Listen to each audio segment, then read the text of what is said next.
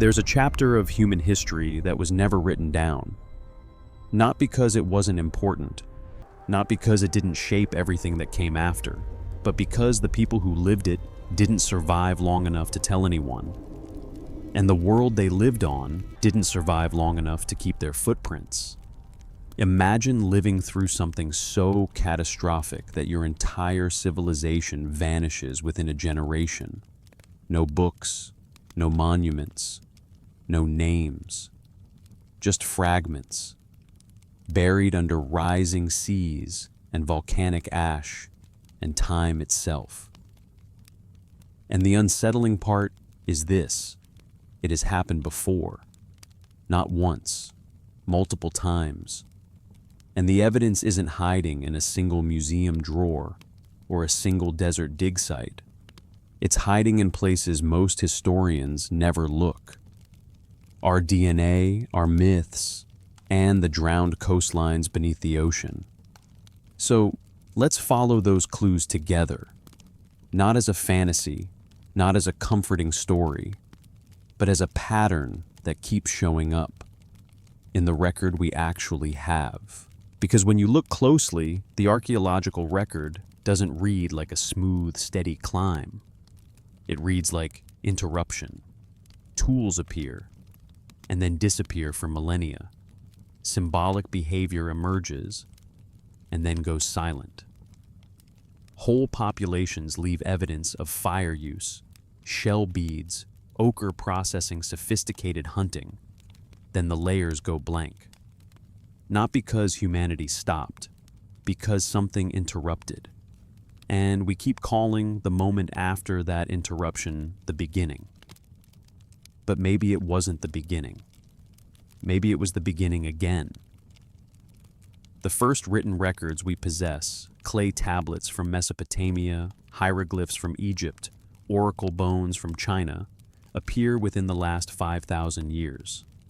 That is less than 2% of the time anatomically modern humans have walked this planet. Everything before that is reconstructed through what survived by accident. Bones, stones, pollen, climate data. Not through testimony, but through absence. And absence is a strange kind of evidence, isn't it? Step too close to the edges of the written timeline and the floor begins to break. Long stretches show human presence, fire pits, tool workshops, burial sites with grave goods, followed by sudden disappearance. Coastlines where people once lived now lie hundreds of feet underwater. Grasslands where cultures thrived turn to desert in the span of a few generations. Volcanic winters buried entire regions in ash. And what we call the beginning of history is actually the beginning of record keeping. Because record keeping only begins when conditions stabilize enough for memory to survive externally. Before we go any deeper, I'd quietly love to know where you're listening from and what hour keeps you company tonight. Not as a demand, not as an interruption, just as a soft reminder that this is a shared walk through the dark. The visuals, if any, they're only guides for the imagination, not requirements for the journey. Thank you for being here. Now, let's step forward. The deeper we look, the more fragmented the picture becomes. Researchers trace humanity back 200,000 years. Some evidence suggests even longer. Yet the record we rely on is not continuous. It's broken into pieces, separated by gaps that span thousands of years. Fossil remains show anatomically modern humans in East Africa by 300,000 years ago. Tool technology shows sophistication, controlled fire composite weapons, pigment processing. And then the trail goes cold.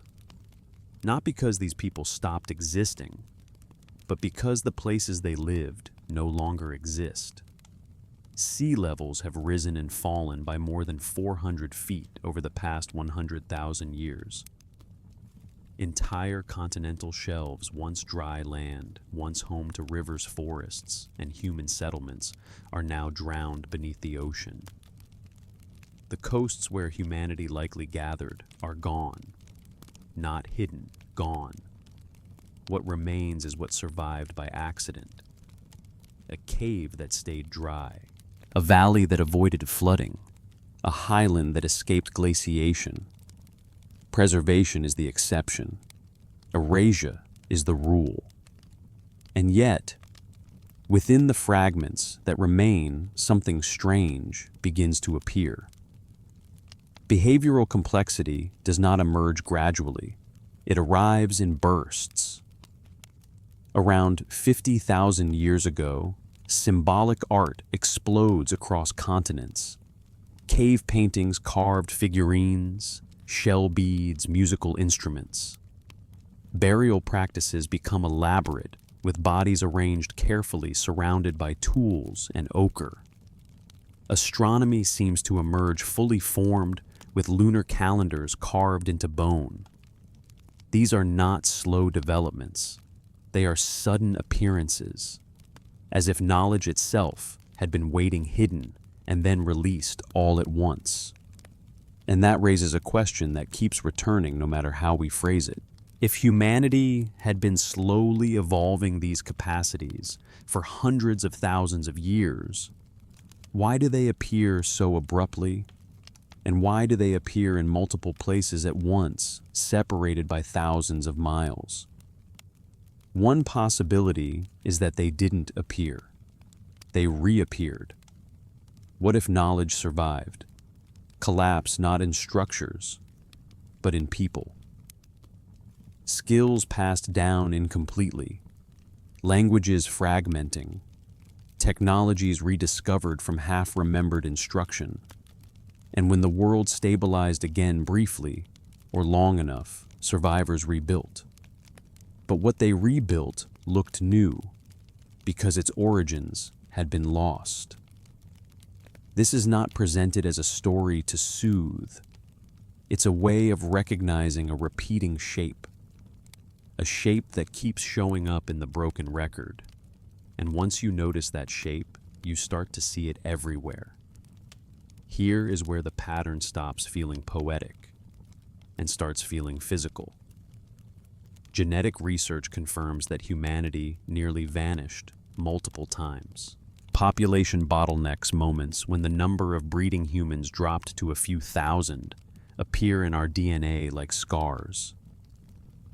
These were not gentle transitions. They were survival events. Entire populations disappeared. Small groups endured, carrying fragments of memory forward, but nothing else. And in a way, this is the most haunting kind of inheritance. Because you don't inherit the city. You don't inherit the library. You inherit what can be carried in a mind, under hunger, fear, cold, and flight. Every major religion, every ancient culture preserves stories of catastrophe. Floods that drown the world, darkness that lasts for years, fire from the sky, survivors wandering through a broken landscape, trying to remember how things were before. For centuries, these were dismissed as myth-symbolic tales, moral instruction, poetry. But when the same stories appear in Mesopotamia, in India, in the Americas, in Australia, cultures separated by oceans and millennia, something shifts. Especially when geological records confirm the events they describe. Rapid sea level rises, volcanic winters, impact debris in ice cores, mass extinction layers in sediment. It becomes harder to keep saying it's just a story. And that's the pivot. Myth is not fantasy. It is the oldest data storage system available to humanity. It is memory engineered to survive, not by being exact, by being repeatable, by being unforgettable. And it keeps telling us the same thing the broken record tells us. Humanity's origins were not smooth. They were interrupted. If this is true, then everything we call the beginning may actually be a restart. Agriculture emerging rapidly after 12,000 years ago. Cities appearing within a few centuries. Writing systems developing almost simultaneously across unrelated regions. These do not look like inventions. They look like recoveries. And if the record before writing is this broken, if entire chapters of human existence were erased by rising seas, volcanic ash, and climate collapse, then the question is no longer, when did humanity begin? The question becomes, how many times did humanity begin? How many times did we stand on the edge of a world that had ended and call ourselves the first people? And how many of those beginnings left nothing behind but silence? To answer that, we have to understand what writing actually is and why it appears so late. Not because humans were incapable, because the world was not yet stable enough to let memory last. Writing did not appear because humans became smarter. It appeared because the world finally stopped collapsing long enough for memory to outlive the people who carried it. For nearly 300,000 years, anatomically modern humans existed without a single written word. No clay tablets, no carved stone, no marks that could preserve thought beyond a lifetime. They remembered the way all living things remember, through voice, gesture, repetition, and the hope that someone would be listening when the story was told again. And when they died, their knowledge died with them. This is not a failure of intelligence. It is a limitation of environment. Writing requires stability. It requires surplus. Time to develop symbols, materials to inscribe them on. A social structure stable enough to pass the system forward without interruption. None of these conditions existed during the long eras when glaciers advanced and retreated, when coastlines shifted by hundreds of miles, when climates flipped from grassland to desert within a single lifetime. Memory, when it is only oral, is fragile. A generation missed, a migration forced, a population reduced, and entire systems of knowledge vanish. Not because they were unimportant, because survival left no room for preservation. The first writing systems emerge around 5 to 200 years ago. Cuneiform in Mesopotamia, hieroglyphs in Egypt, both appearing within a few centuries of each other. In regions that had recently stabilized after millennia of climate volatility. The timing is not coincidental. What is remarkable is not that writing appeared. It is that it took so long. If humans had the cognitive capacity for symbolic thought tens of thousands of years earlier, and the evidence suggests they did, then the delay tells us something crucial. Writing does not mark the beginning of human complexity. It marks the beginning of conditions that allowed complexity to be externalized. Before writing, there was no history. There were only people living, adapting, creating, and disappearing into silence. And that silence isn't empty. It's crowded. It's dense with human presence. But it has no names, no testimony, only traces. And that is why the record feels like it keeps snapping. Consider what it means to live in a world where every innovation has to travel without backup. Fire management, tool refinement, star navigation, medicinal plant knowledge, social organization, all of it transmitted by voice and demonstration. No external storage, no archive, no guarantee. One harsh winter, one failed harvest, one conflict that scatters a group, and the chain breaks. The knowledge does not vanish, because it was forgotten. It vanishes because there was no one left to remember. This is why the archaeological record feels discontinuous. Not because humans were starting over from ignorance, but because the thread of transmission kept snapping. Geneticists call them bottlenecks. Moments when human populations dropped so low, the diversity nearly disappeared. These are not gentle declines. They are survival events, and each one represents a break in continuity. What knowledge survived those bottlenecks was whatever the survivors carried in their minds. Partial, fragmentary, no longer whole. When populations recover, they rebuild, but they rebuild without the full manual. They have instincts, fragments of ritual, half-remembered techniques. It looks like innovation, but it may be reconstruction. And here is the midpoint, shock quiet, but undeniable. The earliest writing systems do not describe primitive societies learning to communicate. They describe societies that already have administrative hierarchies, astronomical calendars, trade networks, codified law.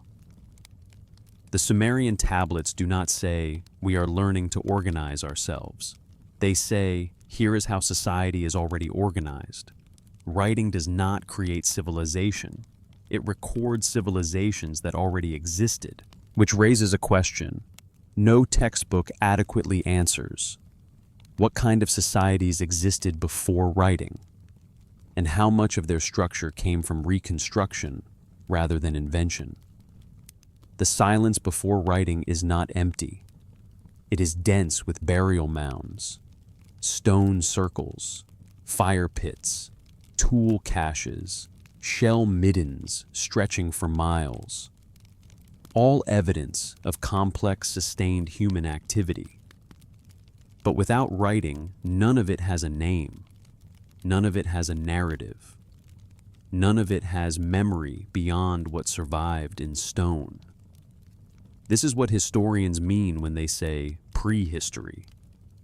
Not that nothing happened, but that what happened left no testimony. The people who lived it could not tell us their story, and so we reconstruct them through the objects they left behind, the way archaeologists might one day reconstruct us through shards of glass and steel, with no understanding of what we believed or why we built what we did.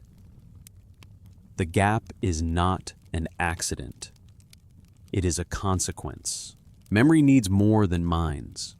It needs media, and media requires materials time, and a world that stays still long enough for the marks to matter. For most of human existence, the world did not stay still. So, the question is not, why did writing take so long to appear? The question is, if humanity lived for hundreds of thousands of years before writing, what parts of our story were never recorded, and why? And more quietly, more disturbingly, how much of what we call the beginning was actually the middle of something that had already started, collapsed, and was trying to restart. The oldest human skull ever found in perfect condition was discovered in Ethiopia. It is 300,000 years old. The face is unmistakably human. The cranial capacity is identical to ours. And it was buried with tools. Not crude rocks, refined blades, scrapers with deliberate edges, evidence of controlled heat treatment to strengthen the stone. Whoever made them understood material science, cause and effect, long-term planning. These are not the behaviors of creatures struggling toward intelligence. These are the behaviors of people who had already arrived. And yet, for the next 290,000 years, almost nothing changes. This is not a gap in the record.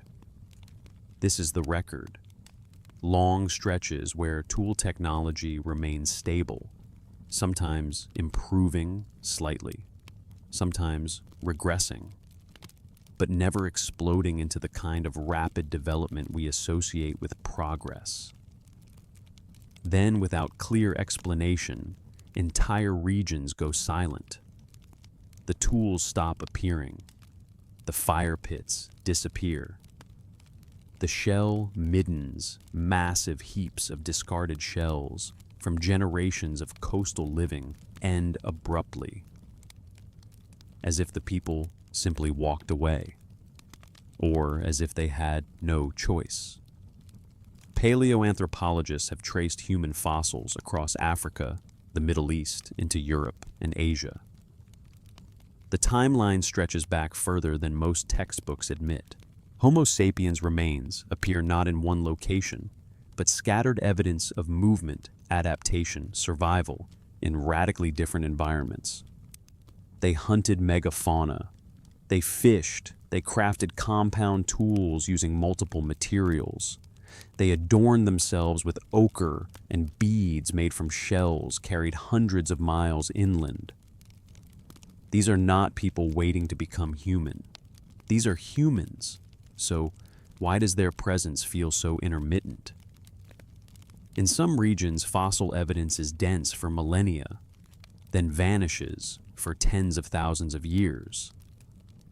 When it reappears, it is often in a different form, as though continuity fractured and reformed under pressure.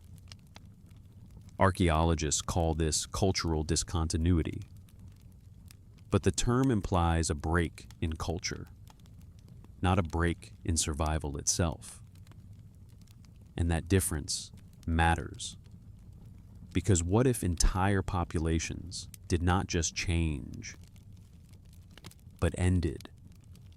The landscape humans inhabited was nothing like the stable world we know. During the Pleistocene epoch, lasting from 2.5 million years ago until roughly 12,000 years ago, the climate swung violently. Ice ages advanced, locking water in glaciers and dropping sea levels by more than 400 feet. Then within centuries, the ice retreated, flooding coastlines and reshaping continents. River systems dried up. Lakes appeared and vanished. Forest turned to savanna. Savanna to desert. Any population dependent on a specific region would have faced a choice: migrate or perish. And migration was not simple. It meant crossing unfamiliar terrain, abandoning known resources, risking conflict with groups already established elsewhere. Many did not make it. Their tools, their knowledge, their names, all lost. But here is the detail that shifts everything. During the periods when fossils and tools are absent from the record, genetic evidence shows that humans were still alive. The populations did not vanish. They contracted severely, sometimes down to a few thousand individuals scattered across entire continents, isolated by geography, struggling to maintain what they knew. This is not extinction. This is near extinction, and it happened multiple times. When populations are that small, knowledge does not flow, it trickles.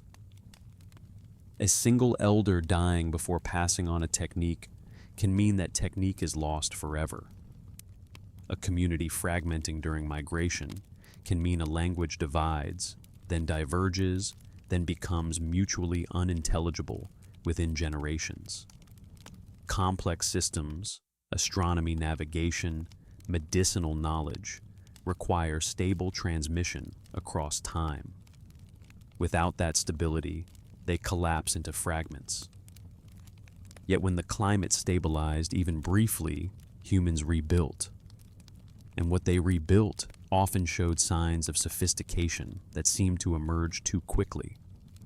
Symbolic art appears suddenly around 40,000 years ago.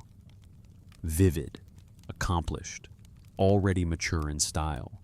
Bone flutes with precise holes for musical scales. Carved figurines depicting human forms with exaggerated features suggesting ritual or symbolic meaning. Star charts scratched into antler bone, tracking lunar cycles with accuracy that implies long observation. These do not look like first attempts. They look like traditions.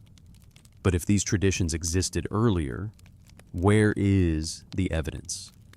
If humans had the same brains, the same capacity for symbol and story, and star watching for hundreds of thousands of years, why does the record only preserve it intermittently? The answer may be simpler and more devastating than we want to admit. The record does not preserve what people were capable of. It preserves what survived long enough to be found, and survival depends not on skill or intelligence, but on location, timing, and an enormous amount of luck. Coastlines where humans likely thrived regions with abundant shellfish, temperate climates are now underwater. Valleys where settlements may have flourished are buried under sediment or scraped clean by glaciers. The places that would have supported the largest, most stable populations are the places least likely to leave evidence behind. We are not looking at the full story. We are looking at the debris. And so the question is no longer abstract.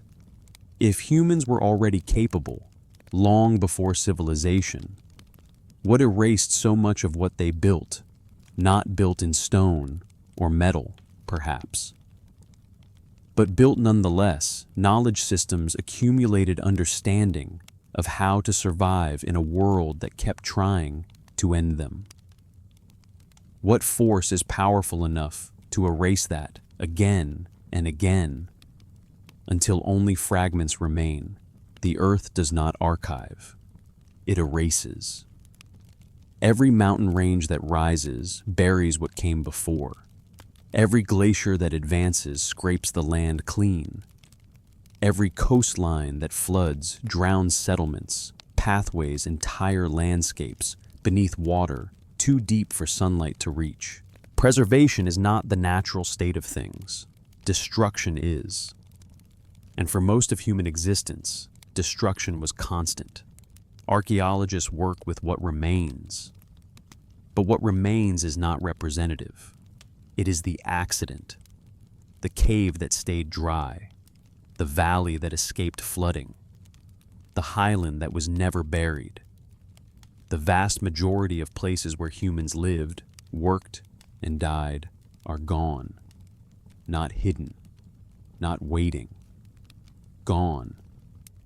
And once you let that sink in, the pattern returns again, not as speculation, as geometry, as absence, as the same question asked a little differently each time. How many times did we build and lose the ground beneath our feet? How many times did we begin and call it the first? And if the earth keeps erasing, what are we really seeing? When we say we see the origins of humanity, this is not speculation. This is geology.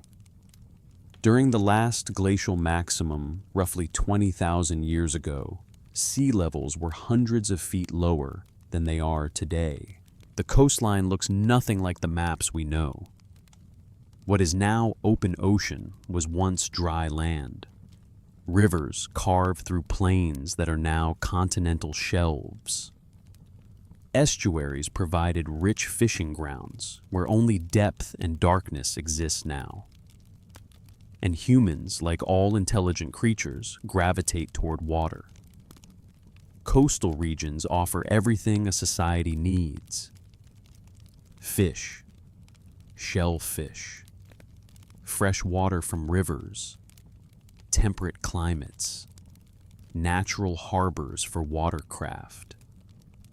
If early human populations built anything resembling sustained settlements, the coasts are where they would have been, not in the interior deserts, not on wind-scraped plateaus.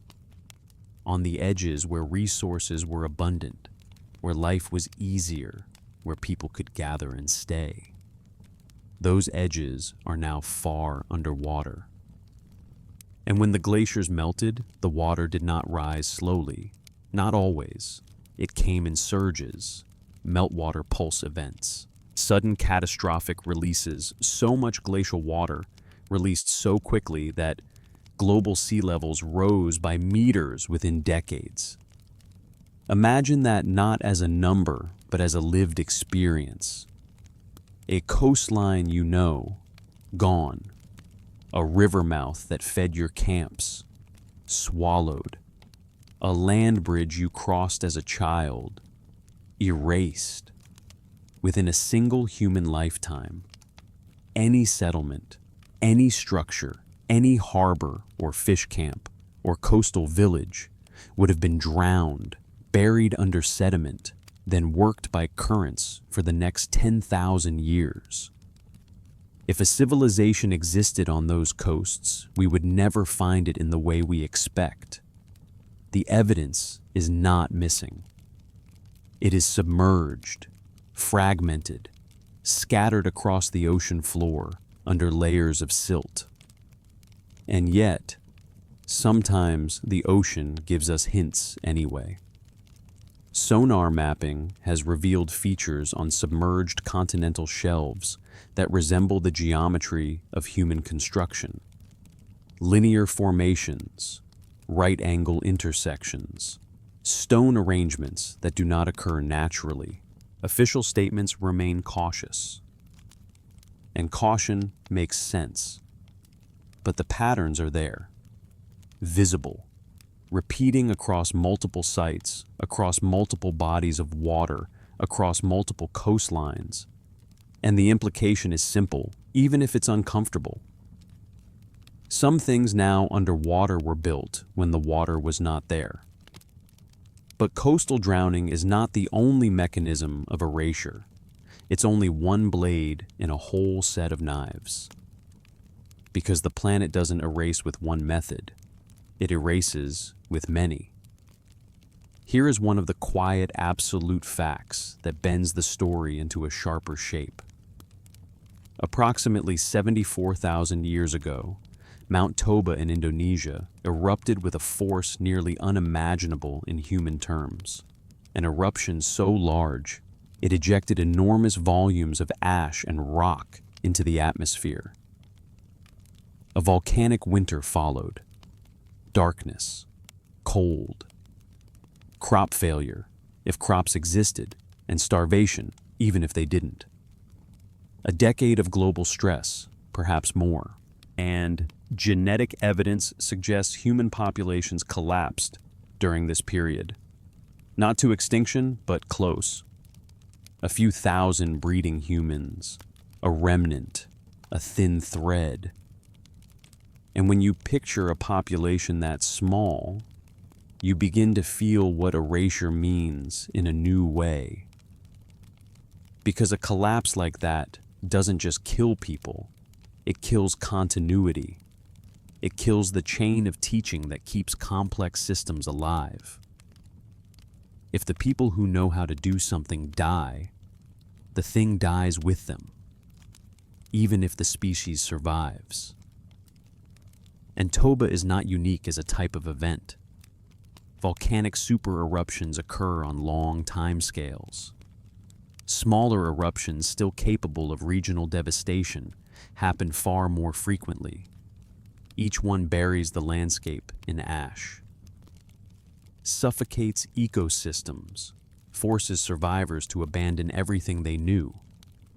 And when populations recover, they do not recover in the same place. They rebuild elsewhere, under different conditions, with fragmented knowledge. What was buried stays buried. Even without volcanoes, the climate itself was unstable. During the Pleistocene, temperatures could shift dramatically within decades. Grasslands turned to desert. Forests became tundra. Lakes evaporated, leaving salt flats where fish once swam. Populations dependent on specific environments had no time to adapt. They migrated, they fragmented, or they perished. And when they left the earth, did what the earth always does. It covered, it ground down, it erased. The Sahara Desert, now one of the harshest environments on earth, was a green savanna within the broad sweep of recent human time. Rivers flowed, animals grazed. Humans lived there in numbers large enough to leave behind tools, petroglyphs, and burial sites. Then monsoon patterns shifted. Within centuries, the region became uninhabitable. The people left. Their settlements were swallowed by sand. And once you see that transformation green to unlivable, you stop thinking of deserts as eternal. You stop thinking of landscapes as fixed. You start to understand that home can vanish on a timescale that is brutal for a human being. So how many similar transformations occurred during the hundreds of thousands of years humans existed before writing? How many fertile regions became wastelands? How many river valleys dried up? How many coastal plains flooded? Preservation requires stillness.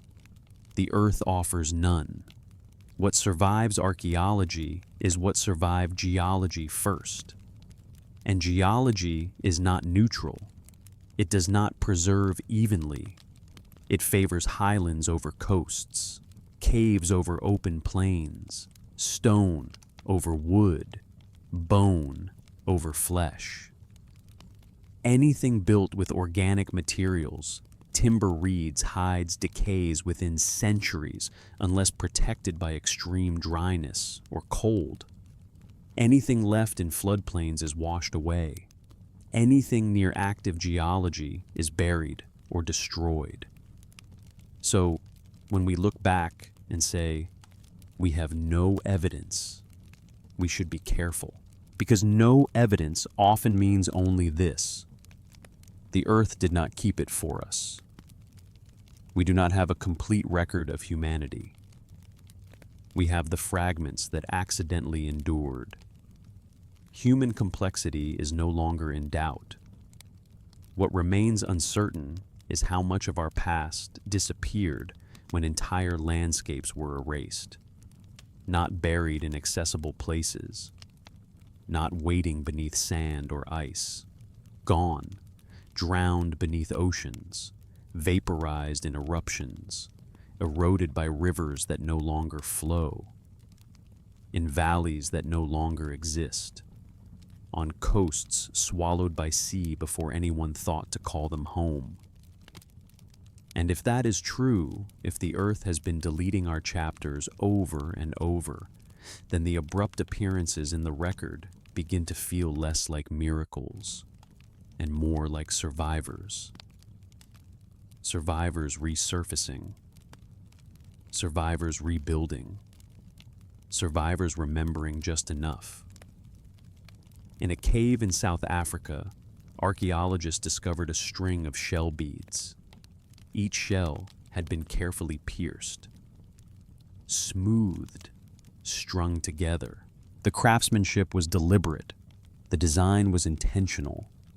These beads were not tools. They were not weapons. They were not survival equipment. They were ornament. Symbol. Meaning made visible. They are 75,000 years old. And that detail matters, because this is not a primitive attempt at decoration. This is not an experiment. This is a mature tradition. The shells were collected from a coastline more than 60 miles away, which means planning, travel, the recognition that certain materials held value beyond immediate use. Someone decided these shells mattered. Someone taught others how to make them. Someone wore them knowing what they communicated: status, identity, belonging. And yet, there is no evidence of progression, no early attempts No clumsy first tries, no visible learning curve. The beads appear fully realized, as though the knowledge of how to make them had always been there, waiting. This pattern repeats again and again, not gradual development, but sudden arrival, not slow refinement over millennia, but explosive emergence in isolated moments, separated by long stretches where nothing seems to change at all. Consider burial. The first evidence of deliberate burial with grave goods appears around 100,000 years ago. Bodies positioned carefully, surrounded by tools, ochre, shells. This is not disposal. This is ritual. It implies belief in something beyond the physical, an afterlife, a spirit, a continuity that death does not end. But belief systems that complex do not form overnight. They require cosmology, consensus, transmission across generations. And yet the archaeological record offers no trail, no half-formed rituals, no experimental burials. The practice appears complete, structured, already embedded in culture. So we return to the same question phrased again because it refuses to go away. Where did it come from? Then there is art. In the caves of Lascaux, Chauvet, Altamira, paintings cover the walls in vivid detail. Horses mid-gallop, bison in motion, handprints stenciled in ochre, as though the artists were marking their presence for someone they knew would come later. The skill is undeniable. Perspective, shading, anatomical accuracy. These are not crude first attempts. These are the works of practiced hands. Yet, these paintings are 30 to 40,000 years old, and there is no preserved record of earlier, simpler art developing toward this level of mastery. It appears suddenly accomplished, as if the people who painted them had always known how. Some of the oldest known sculptures tell the same story. The Lion Man figurine from Germany, carved from mammoth ivory, depicts a creature that does not exist. A human body, a lion's head. This is not representation. This is imagination made physical. Mythology, symbolism, abstraction, all concepts that require a mind capable of thinking beyond the immediate and tangible. And again, there is no visible progression. The figurine is sophisticated, refined, confident in its execution. Why does complexity appear this way? Not as a slow accumulation, but as sudden activation. Here is the quiet detail that reframes the question. In the mid-20th century, archaeologists excavated a bone from the Ashango region of Central Africa. The bone is roughly 20,000 years old. It is covered in precise notches, not random scratches, patterns, grouped, intentional. The markings correspond to numerical systems, prime numbers, lunar cycles. This is not decoration, this is calculation. The people who carved this bone understood mathematics and astronomy well enough to encode them into a portable object. But again, there is no trail, no simpler counting systems, no visible evolution from tally marks to abstraction. The knowledge appears intact, fully operational, already systematized. Astronomy offers perhaps the clearest example of all. Stone circles, megaliths, calendar stones. They align with solstices, equinoxes, lunar cycles. with precision that requires long-term observation across generations.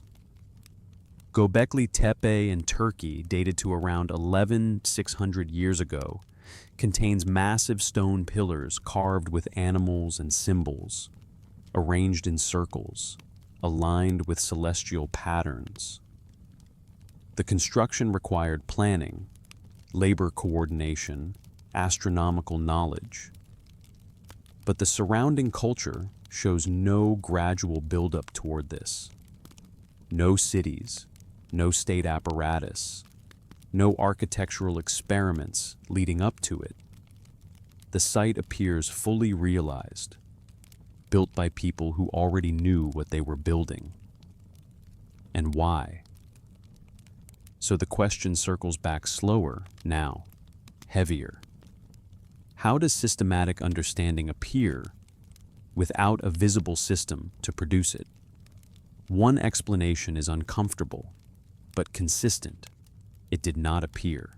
It reappeared. If knowledge can survive inside people, passed down through oral tradition, through apprenticeship, through careful repetition of techniques whose origins are no longer remembered, then what looks like sudden invention may actually be rediscovery. A group fragments during climate collapse. Survivors carry fragments of what their ancestors knew. Generations pass. Conditions stabilize. Those fragments resurface, reassembled imperfectly, but functional. The bursts of complexity are not humanity waking up. They are humanity remembering. And if that is true, then the long plateaus, the stretches where nothing seems to change, are not periods of stagnation. They are periods of survival. Times when keeping knowledge alive mattered more than expanding it. When innovation was less important than transmission. And when transmission failed, the knowledge disappeared. Not because it was never real, but because the people who carried it did not survive long enough to pass it on. So the question shifts again. If symbolic thought appears suddenly, if mathematics appears suddenly, if astronomy appears suddenly, could it be rediscovered rather than invented? And if so, how much of what we call human achievement is actually human recovery, piecing together something that was once whole, but shattered so many times that we no longer recognize the original shape? Every ancient culture tells the same story. The names change, the gods differ, the geography shifts, but the events remain. Water rising, darkness lasting, fire falling, a handful of survivors wandering through devastation, trying to rebuild with fragments of what they once knew. For centuries, scholars dismissed these as moral tales, parables, symbolic warnings. But moral tales do not require geographic specificity. They do not preserve environmental detail. They do not align with geological timelines. Myths do. And that is where the story bends again, not toward fantasy, but toward memory. The Mesopotamian epic of Gilgamesh describes a flood so vast it submerges mountains. The survivor Utnapishtim is warned in advance. He builds a vessel. He saves his family. He preserves animals. When the waters recede, he sends out birds to search for dry land. The details are practical, sequential, logistical. This is not poetic metaphor. It reads like instruction remembered. In the Hebrew tradition, Noah receives a similar warning. The flood lasts 40 days and nights, long enough to reshape landscapes, short enough to be survived. The ark's dimensions are recorded precisely.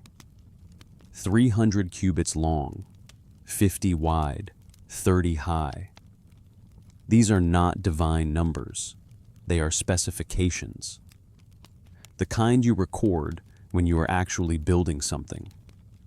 Halfway across the world, the Hindu Matsya Purana tells of Manu, the first man, warned by a fish that a great deluge will destroy all life. He builds a boat. He ties it to the fish. He survives. When the waters retreat, he becomes the ancestor of a new human lineage. In Greek mythology, Zeus floods the earth to cleanse it. Only Deucalion and Pyrrha survive. They float in a chest until the waters subside. They repopulate the world by throwing stones that transform into people. A strange image, unless it is symbolic shorthand for rebuilding humanity from scattered survivors. The Hopi describe previous worlds destroyed by water and fire. The Aztecs speak of 5 ages each, ending in catastrophe. Australian Aboriginal traditions preserve stories of coastlines drowning, of land bridges disappearing beneath the sea. Polynesian oral histories describe islands vanishing overnight, swallowed by rising tides. These cultures had no contact with one another, no trade routes, no shared language, no opportunity to borrow or adapt each other's stories. And yet, they all describe the same pattern: water, darkness, fire, survival, rebuilding. Either every culture independently invented the same catastrophic narrative, or they are remembering something that actually happened. And here is the detail that shifts the frame entirely. Geological records confirm a catastrophic meltwater pulse approximately 14,600 years ago. Ice dams holding massive glacial lakes collapsed. Volumes of water so immense they raised global sea levels by several meters within decades. Coastlines that had been stable for millennia flooded rapidly. Entire regions vanished beneath the ocean. This is not speculation. This is measured, dated, confirmed by ice cores, sediment layers, and underwater topography. And the timing aligns uncomfortably well. But flooding is not the only motif. Nearly as common are stories of prolonged darkness, years without sun, crops failing, cold that would not relent. The Norse speak of Fimbul winter, 3 winters in succession, no summer between them. The Hopi speak of a time when the sky darkened, the world grew cold. Hindu texts describe epics beginning with fire and ice. Volcanic winter produces exactly these conditions. When massive eruptions inject ash and sulfur into the atmosphere, sunlight is blocked, temperatures drop, harvests fail, populations collapse. Survivors endure years of hardship before conditions stabilize. The Toba eruption 74,000 years ago created a volcanic winter lasting a decade. Sulfur deposits from that event appear in ice cores worldwide. The genetic bottleneck that followed is still visible in human DNA. Mount Tambora erupted in 1815. The year without a summer followed. Global temperatures dropped. Harvests failed. Famine spread across continents. And Tambora was small compared to Toba. If humans survived Toba, and they did, they would not remember it as data. They would remember it as trauma, compressed, simplified, passed mouth to mouth for thousands of years. The details blur, but the event remains. Then there are the fire from the sky motifs. Meteor strikes, comets, objects falling from above, bringing destruction and darkness. The Younger Dryas impact hypothesis suggests a cosmic airburst or series of impacts around 12,800 years ago. Evidence includes nanodiamonds, magnetic spherules, widespread burn layers in sediment, all consistent with high-energy aerial explosions. Whether the hypothesis is fully confirmed or not, the physical signatures exist. Something burned, something came from above. And the myths remember. But survivors of environmental trauma do not record events objectively. They compress. They merge separate catastrophes into single narratives. A flood that took months becomes 40 days. A volcanic winter lasting years becomes endless night. Multiple impacts across centuries become fire falling from heaven. This is not corruption of memory. This is how oral tradition works. It compresses multi-generational trauma into a single, transmissible story. It prioritizes emotional truth over chronological precision. Myths are not fantasies. They are the oldest data storage system available to pre-literate humanity. When writing did not exist, memory was the only archive, and memory survives by attaching itself to story, gods, arcs, chosen survivors. These are narrative scaffolds, frameworks that help the story stick, generation after generation. But beneath the scaffolding, the events are real. Water did rise, darkness did last, fire did fall, and a small number of people survived to tell what happened. But here is what unsettles. If these stories are compressed memories of real catastrophes, then they are also warnings, not moral warnings, environmental warnings, evidence that the world has ended before, not once, repeatedly, and survival depended not on divine favor, but on preparation, adaptation, and luck. The myths do not preserve nostalgia, they preserve trauma, and trauma, when transmitted across enough generations, becomes indistinguishable from prophecy. The mystery is no longer why flood narratives appear everywhere. It is why memory outlived stone, and what those memories were meant to protect, and more quietly, more carefully. What were they trying to warn us about? Your DNA remembers what the earth forgot. Written records burn. Stone erodes. Coastlines drown. But genetic material preserves evidence that cannot be destroyed by flood fire or time. Every cell in your body carries a molecular archive, a record of survival, adaptation, collapse, stretching back hundreds of thousands of years, and that record shows something unsettling. Humanity did not climb steadily from small populations to large ones. It crashed, violently, repeatedly, and came within a few thousand individuals of vanishing entirely.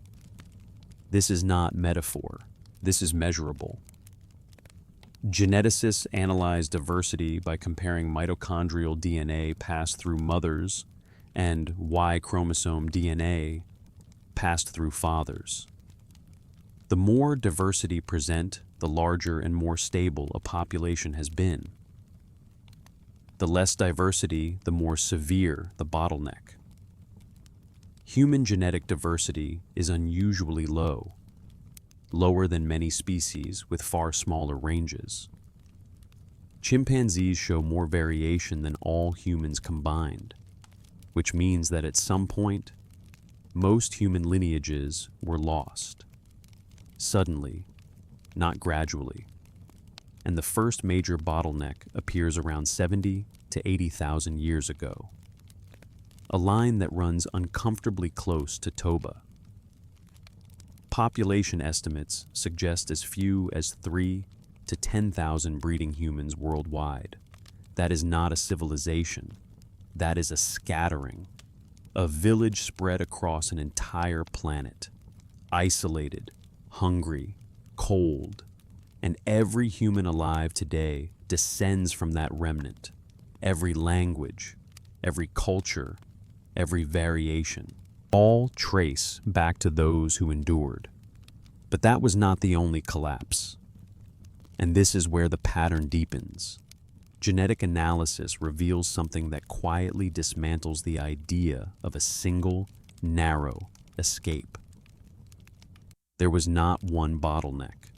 There were several. At least 3 major ones appear in the data. One around 70,000 years ago, another around 130,000 years ago, another earlier still near 190,000 years ago. Each represents a moment when humanity did not merely struggle, but nearly ended. These are not slow declines. They are crashes, sharp, severe, sudden. The kind of events that erase not only people, but continuity itself. When a population drops that low, diversity is lost. Not just genetic diversity, cultural diversity. Languages die when there are not enough speakers to sustain them. Technologies vanish when there are not enough practitioners to pass them on. Knowledge systems collapse when the elders who carry them do not survive long enough to teach the next generation. What remains is fragments, partial memories, techniques practiced without understanding their origins, rituals performed because they have always been performed, even though no one remembers why. This is not theoretical. We know this happens. When the Black Death reduced Europe's population by 1/3, entire crafts disappeared. Methods for producing specific dyes, techniques for constructing certain architectural forms, knowledge of particular alloys, lost. Not because they were unimportant, because the people who knew them died. Now imagine a collapse that reduces the global population not by 1/3, but by 95%. Imagine the survivors scattered across continents, unable to communicate, struggling to find food and water. What knowledge survives that only the essential, only what can be remembered under extreme stress? Everything else, history, cosmology, advanced techniques, accumulated, wisdom evaporates. And when the population recovers, as it eventually does, the descendants rebuild, but they rebuild without the full picture. They have instincts, fragments, half-remembered stories. They innovate, yes, but they also rediscover. They reassemble systems whose foundations were laid long before by people whose names and faces are gone. The genetic record reveals something else as well. Population structure. After each bottleneck, humanity did not remain concentrated. It spread rapidly, colonizing new regions, adapting to radically different environments. This suggests that survival required movement. Staying in place was not an option. But rapid dispersal comes with a cost. Populations that spread quickly become isolated quickly. Gene flow slows. Mutations accumulate differently. Languages diverge. Cultural practices evolve independently. Within a few generations, groups that once shared knowledge no longer share language. Within a few thousand years, they no longer recognize each other as kin. This is how diversity rebuilds after collapse. But it is also how continuity is lost. The descendants of survivors do not know they are descendants. They believe they are the beginning. They create origin myths that place themselves at the start of time. unaware that their ancestors lived, built new, and forgot. Genetic bottlenecks do not just reduce population size. They reset memory. They erase history at the biological level, leaving only faint traces, fragments of DNA that whisper what language can no longer say. And so the evidence converges. Myths describe catastrophe. Geology confirms it. Archaeology shows disappearance. Genetics proves near extinction. Humanity nearly ended, more than once. Not as metaphor, not as moral trial, as biological fact. So the question shifts again. If humanity barely survived, what kind of world did those survivors inherit? A world emptied of people, a world stripped of infrastructure, a world where the knowledge of previous generations existed only in fragments, carried by those lucky or unlucky enough to endure. What they rebuilt would not be the same. It could not be. Too much had been lost. And what we call civilization may be nothing more than the latest attempt to recover what was always there, just out of reach, buried beneath layers of collapse and forgetting. And now the pattern sharpens. Because civilization does not emerge slowly, it appears suddenly, as if someone turned on a switch. For hundreds of thousands of years, humans lived as hunters and gatherers, mobile, adaptive, leaving minimal trace. Then around 12,000 years ago, within a span of just a few thousand years, agriculture appears. Not in one place, but in many. Wheat in the Fertile Crescent, rice in China, maize in Mesoamerica, millet in Africa, potatoes in the Andes, taro in New Guinea, barley in the Near East. These cultures had no contact, no shared language, no trade networks, and yet they all adopt the same revolutionary idea: domestication. The standard explanation is climate stabilization. After the last ice age, conditions improved. Resources became predictable, populations grew, innovation followed. But favorable conditions do not explain identical outcomes. They do not explain why the transition from foraging to farming happened so quickly, with so little visible trial and error. Agriculture is not simple. It requires understanding seed selection, soil preparation, seasonal cycles, water management, storage. These are complex systems. They take generations to refine. Yet the earliest agricultural sites show competence, not experimentation. Grain is already stored in purpose-built granaries. Fields are already irrigated. Crop rotation is already practiced. This does not look like invention. It looks like implementation. Then comes architecture. Within centuries of agriculture, appearing monumental structures rise, not gradual improvements on shelters, not tentative experiments, monumental architecture, planned, coordinated, aligned with celestial events. Göbekli Tepe in Turkey, dated to around 11,600 years ago, features stone pillars weighing tens of tons, carved, arranged, aligned. The site required hundreds of workers, organizational hierarchy, astronomical knowledge. But the surrounding culture shows no cities, no state apparatus, no visible path toward this complexity. Göbekli Tepe appears fully formed, built by people who already knew what they were doing. And that is the pattern again.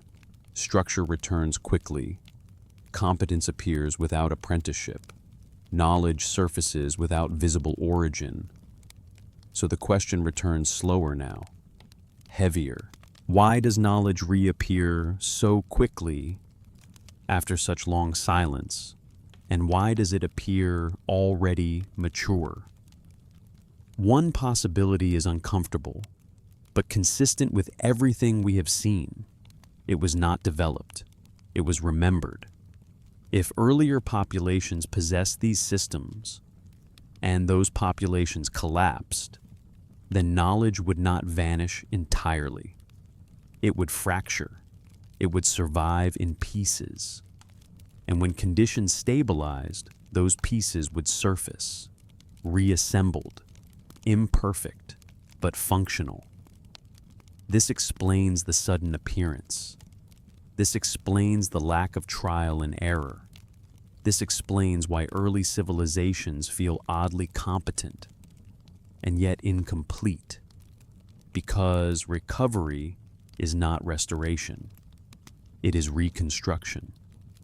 And reconstruction from fragments always carries the shadow of what was lost, which leads us to the next unsettling turn.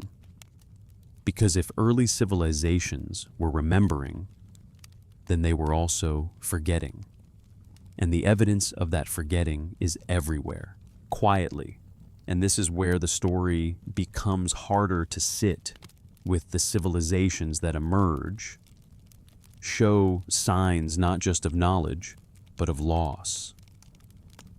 They arrive competent, organized, technically capable, and yet they do not progress in a straight line. They plateau, they regress, they forget things they once seemed to know. The Great Pyramid's precision is never matched again in Egypt. Later pyramids are smaller, less accurate, less aligned, as though something essential slipped away. Göbekli Tepe is not expanded, not improved. It is deliberately buried, as if its purpose was no longer understood. The Indus Valley script appears fully formed, and then disappears, undeciphered, uncontinued, a written system abandoned by the very civilization that used it. This is not the pattern of steady advancement. This is the pattern of partial inheritance. Recovery is not restoration. Reconstruction is not continuity. What survives is never the full system. Only what can be remembered, only what can be carried, only what makes sense under new conditions. And this reframes a question we rarely ask out loud. Why do later civilizations sometimes seem less capable than earlier ones? Why do techniques vanish? Why do alignments degrade? Why do systems appear, then disappear without obvious replacement?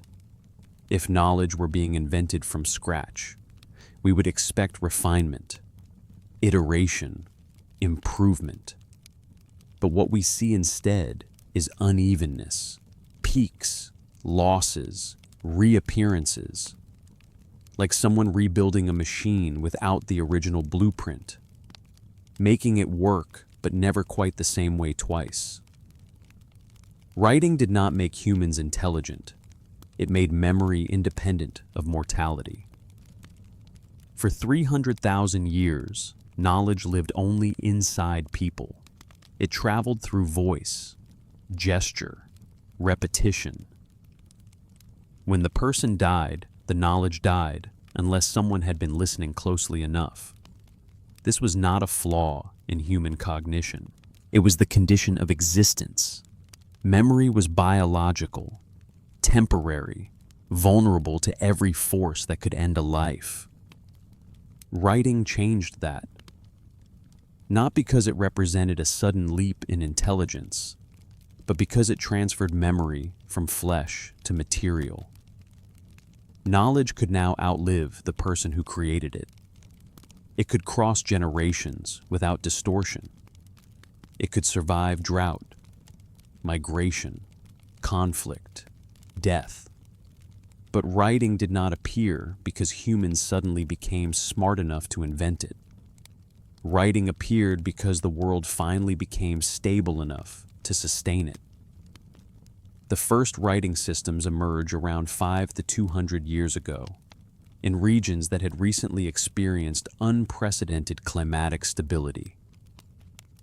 The Holocene epoch began roughly 12,000 years ago, with the end of the last ice age. For the first time in hundreds of thousands of years, temperatures stabilized. Sea levels stopped fluctuating wildly. Coastlines stayed in place. Seasons became predictable. This stability was not normal. It was an anomaly. For most of human existence, climate was volatile. Ice advanced and retreated. Coastlines shifted by hundreds of feet. Ecosystems collapsed and reformed within generations. Under those conditions, writing is pointless. Why inscribe knowledge on clay tablets if the settlement will be abandoned in a decade? Why develop a script if the people who can read it will be scattered by famine or flood? Writing requires expectation of continuity. It requires the belief that tomorrow will resemble today, that next year will resemble this year, that the place where you write will still be standing when someone comes to read it. For most of human history, that belief was unjustified. But around 5,000 years ago, something changed. The climate remained stable long enough for cities to form, for trade networks to persist, for administrative hierarchies to develop. And with that stability came a new problem: too much information to remember. Early writing is not literature, it is accounting. Clay tablets from Mesopotamia list grain stores, livestock counts, labor allocations, debts, payments. Egyptian inscriptions record tax obligations, inventory lists, construction logs. Indus Valley seals mark ownership in trade goods. These are not poetic expressions. They are safeguards against forgetting. When a society becomes complex enough, memory alone is no longer sufficient. Oral transmission works for myths, genealogies, ritual knowledge, but it cannot manage thousands of transactions. Multi-year construction projects, trade across hundreds of miles. The system becomes too large for the mind to hold. Writing solves that problem, but only when society is stable enough to need the solution. Here is the detail that bends the timeline.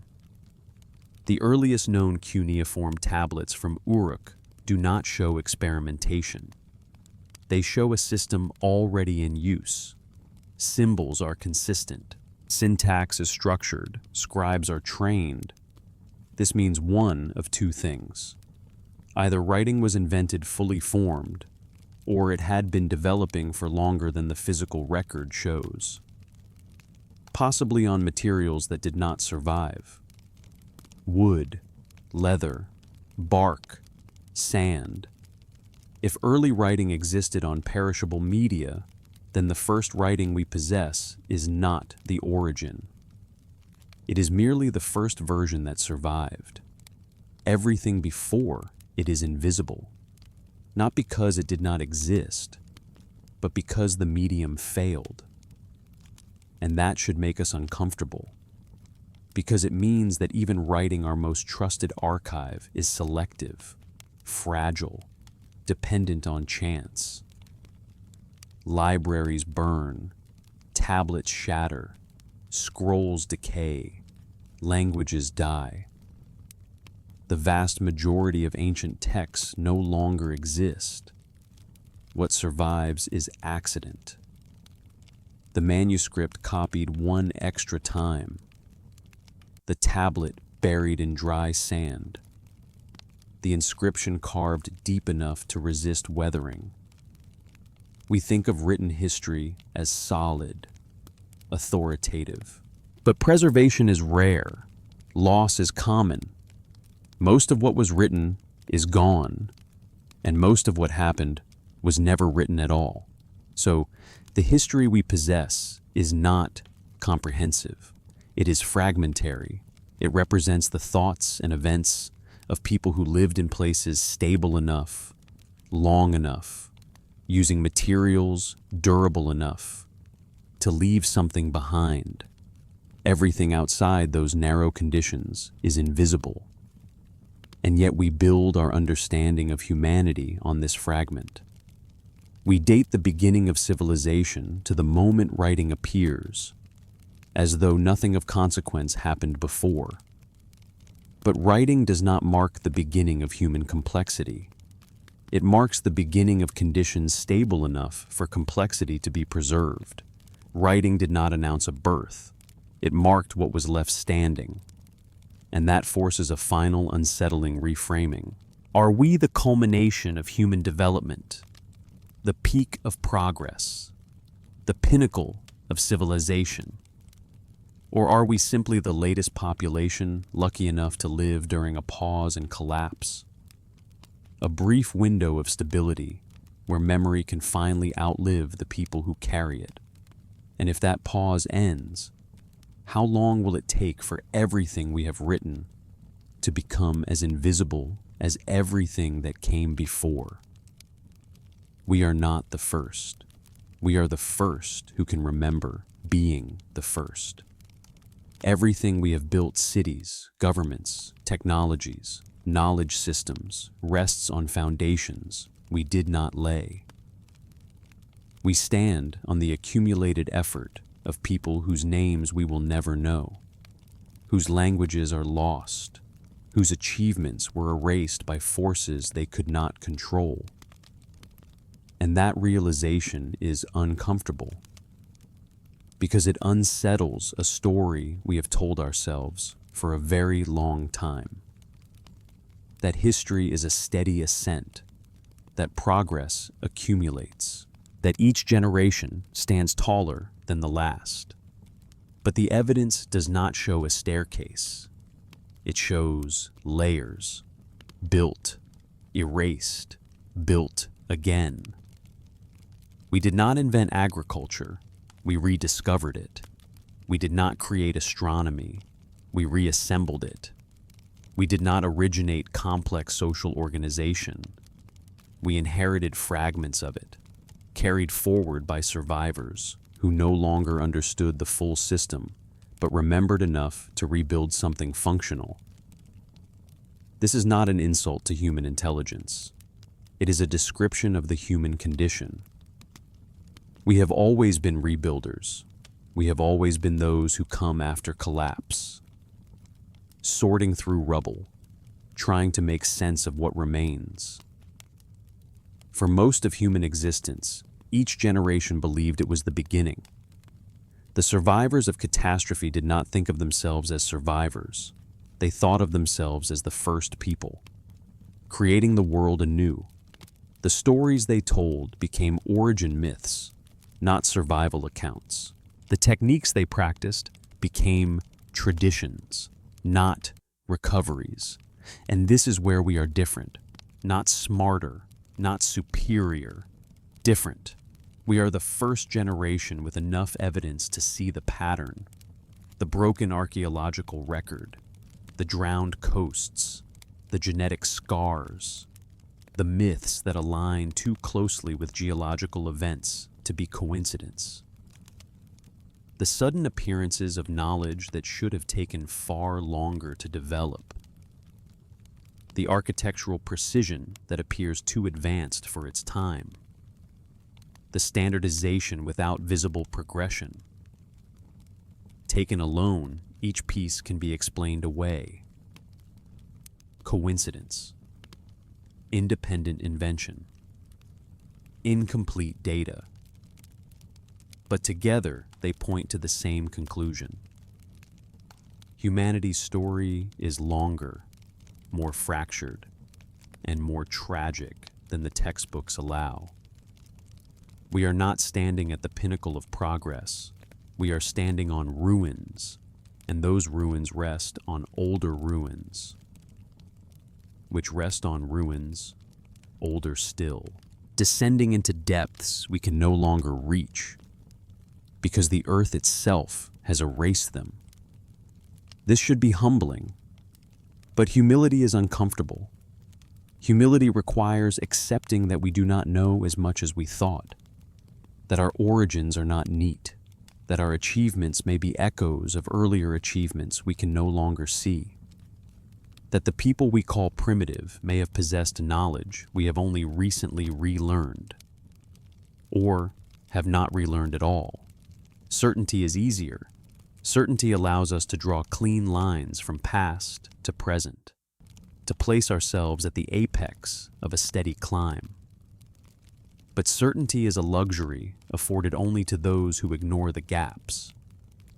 And the gaps are everywhere. They are not empty. They are full of absence. Lives lived, knowledge accumulated, systems built, and then erased so completely that only silence remains. Here is the realization that sits quietly beneath everything we have explored. We are the first generation in human history capable of preserving memory permanently. Writing gave us external storage. Printing gave us mass distribution. Digital systems give us near infinite duplication. For the first time, memory does not depend on an unbroken chain of human transmission. It can survive independently. But permanence is not the same as truth. We preserve what we choose to preserve. We remember what we decide is worth remembering. And we forget selectively and systematically what makes us uncomfortable. So the question shifts again.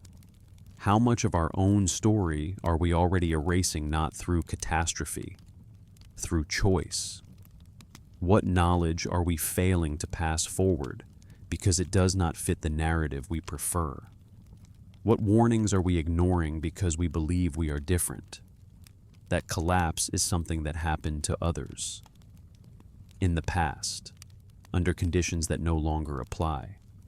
The evidence suggests otherwise. The climate that allowed civilization to flourish is not permanent. It is an anomaly. A brief pause in a cycle that is repeated for hundreds of thousands of years. Stability is the exception. Instability is the norm. And when instability returns, as it always has, the question will not be whether we survive. Humanity almost always survives, in some form. The question will be what survives with us. If collapse comes, it will not erase everything. It never does. Some knowledge will survive, compressed, fragmented, passed down through story, through habit, through ritual, until conditions stabilize enough for it to be written again. Future generations will rebuild, as every generation before us has rebuilt, using pieces of what we leave behind. But they will not have the full picture. They will have fragments, partial systems, techniques without context. And they will believe, as we once believed, that they are inventing rather than recovering, unless we choose differently. Because for the first time, we have a choice no generation before us had. We can preserve not just what we accomplished, but what we lost. We can preserve the knowledge of collapse itself, the mechanisms, the warning signs, the consequences. We can inscribe not just our successes, but our failures, not just our achievements, but our humility. This is the responsibility that comes with permanence. Not to celebrate ourselves, but to remember truthfully, to acknowledge that we are not the pinnacle, but a point along a continuum, stretching far behind us, and if we are careful, far ahead. The cost of forgetting is visible in every gap in the archaeological record. The value of remembering is visible in the fact that we are here at all. Descendants of those who survived long enough to pass something forward, even when almost everything else was lost. We inherit a broken beginning, but we also inherit the possibility of continuity. For the first time in human history, we can choose to remember not just for the next generation, but for all generations. The question is whether we will, and what we will choose to preserve. If our origins were never recorded because they could not be, what responsibility do we carry now that we finally know how to remember, and more quietly, more carefully? What happens if we forget again? What happens if we forget again? Not because the world ends in fire or water, not because the ground drops away beneath our feet, but because memory quietly thins, because knowledge becomes too specialized, too scattered, too abstracted from lived experience to be carried forward when systems fail, because we assume permanence where none has ever existed. The past teaches us something uncomfortable. Collapse does not announce itself as collapse. It arrives disguised as normal, as inconvenience, as disruption, as something that will pass. Every civilization that vanished believed itself stable until it wasn't. Every population that faced near extinction did not know it was standing at the edge. They lived, they adapted.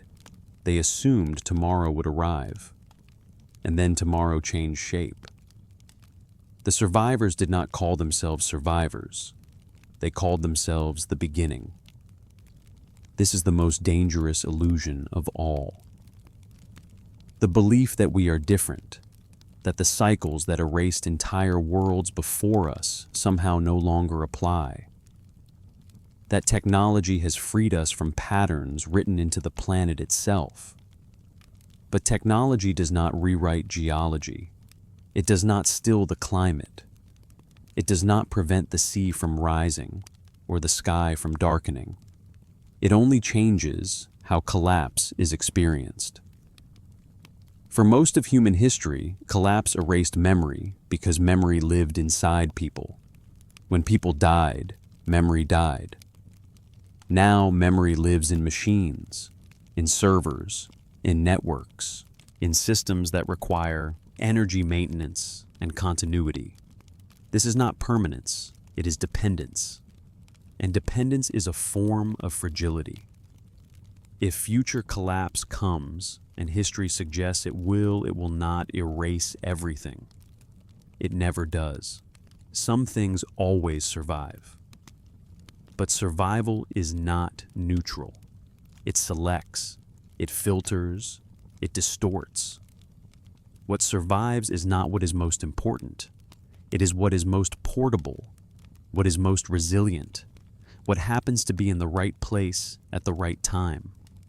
Stone survives better than paper. Paper survives better than flesh.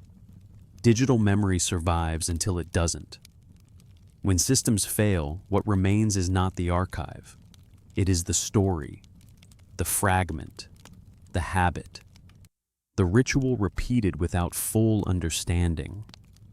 This is how knowledge has always moved forward, not as a perfect transmission, but as an echo, and echoes change. The people who come after us, if they come after us, will rebuild as we did. From fragments, from partial understanding, from tools whose purposes are no longer fully clear. They will see the remains of our cities, our machines, our structures, and they will ask the same questions we ask now. Who built this? Why? How? They will misinterpret some things. They will overestimate others. They will construct myths to fill the gaps. And in doing so, they will be continuing the same human tradition that stretches back hundreds of thousands of years. Meaning-making in the absence of certainty. But here is where the responsibility sharpens. Because unlike every generation before us, we know this pattern exists. We have seen the scars in our DNA. We have traced the drowned coastlines. We have matched myths to geology. We have recognized the sudden reappearances of knowledge for what they are. Not miracles, not spontaneous genius, but recovery. We know that collapse erases continuity. We know that survival compresses memory. We know that what looks like invention may actually be remembrance. And knowing that changes everything. It means we can no longer tell ourselves that forgetting is accidental. It means that choosing what to preserve is an ethical act. When we curate history, when we decide which stories matter, which knowledge is worth saving, which warnings are too uncomfortable to repeat, we are shaping the memory of whoever comes next.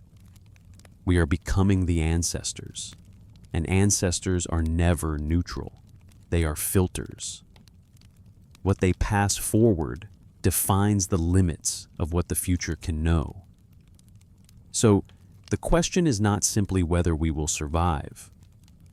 Humanity almost always does, in some reduced form. The question is whether continuity survives. Whether the next rebuild begins with fragments or with understanding. Whether the people who come after us will think they are the first or recognize themselves as part of a long, broken, resilient story. This is not about preserving monuments or technologies or even civilizations. Those have always come and gone. This is about preserving awareness, the awareness that collapse is not failure. It is part of the cycle. The awareness that progress is not linear, that loss is not an exception. The awareness that what matters most is not what we build, but what we remember. The ancient myths were not warnings about gods. They were warnings about the world, about water that rises, about skies that darken, about fire that falls, about how quickly stability can vanish. They were instructions disguised as stories. They told future generations what mattered when everything else was stripped away. How to survive, how to rebuild, how to remember that this had happened before. We have the ability to do something no previous culture could. We can preserve not just the story of our triumphs, but the record of our collapses. We can leave behind not just artifacts, but context. Not just data, but meaning. We can choose to inscribe humility, to record uncertainty, to admit that we are not the end point, but one chapter in a book whose earlier pages were torn out long ago. And that is perhaps the most human act of all, not to declare ourselves eternal, but to acknowledge our fragility and still try to pass something honest forward. The earth will erase what it always erases. Mountains will rise, seas will flood, climates will shift. That has never stopped. What changes is what we carry through those shifts. What changes is whether memory survives intact or shattered.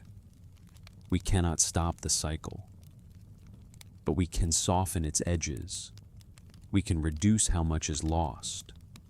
We can refuse the illusion of being the first, and in doing so, give the future something we never had, a map of the pattern, a warning written clearly, a recognition that humanity's story does not begin, it resumes.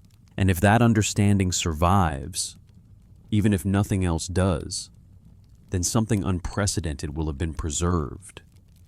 Not a civilization, but awareness. And awareness may be the only thing that truly carries forward. So we arrive at the quiet edge of the story, not with an ending, but with an opening. Because endings are rare in human history.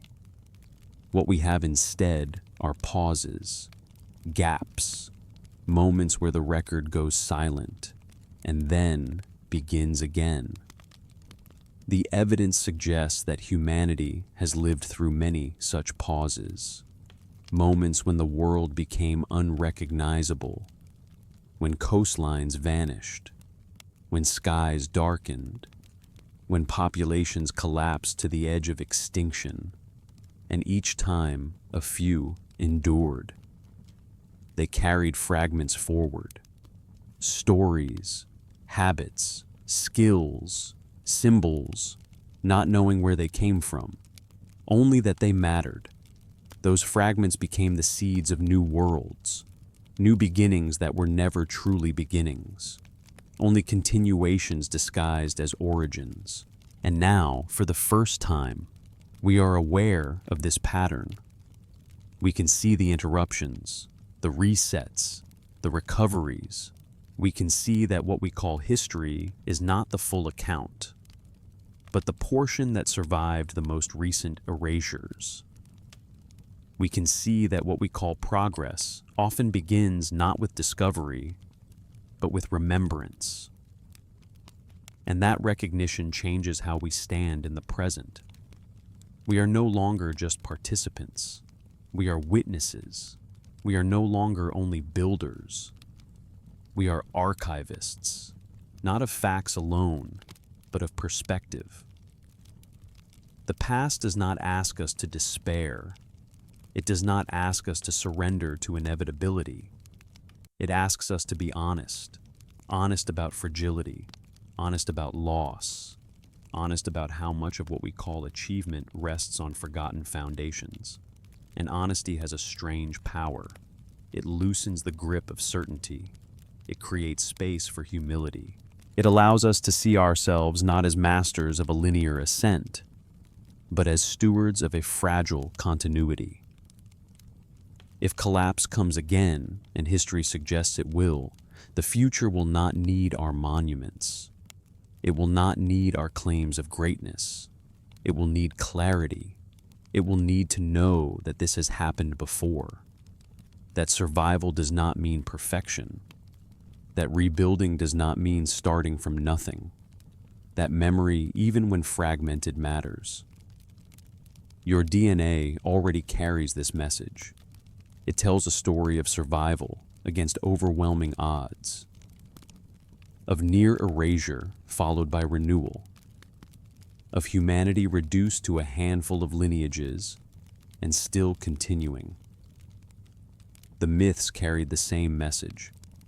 Compressed, symbolic, encoded. They did not preserve dates, they preserved meaning. And now we have the opportunity to do both, to preserve data and understanding, to preserve evidence and context, to leave behind not just records of what we built, but records of what broke us and how we endured. This is not about predicting catastrophe. It is about recognizing cycles. It is about understanding that stability is temporary and memory is precious. It is about refusing the comforting lie that we are the first or the last. We are one iteration, one moment in a long sequence of attempts. Some failed, some endured. All were human. And that may be the most important thing to remember. Not that we are exceptional, but that we are continuous, connected to those who came before us and to those who may come after. Through loss, through survival, through remembrance. The earth does not remember us. It reshapes itself without regard for our stories. But we remember. And now, for the first time, we can choose to remember deeply. To remember beyond pride, beyond fear, beyond the illusion of permanence. If future generations stand among our ruins, if they sift through fragments of our world, If they wonder who we were, what will they find? Will they find only tools without explanation, structures without stories, data without meaning?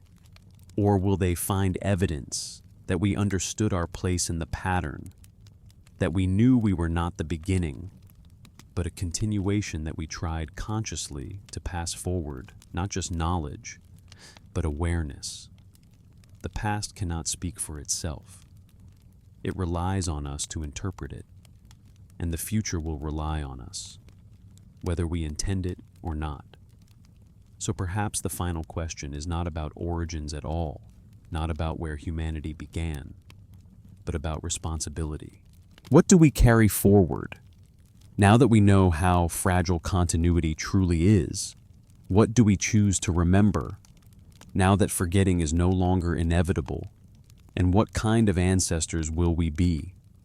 In a story that has already been interrupted so many times, the silence that follows is not emptiness, it is possibility.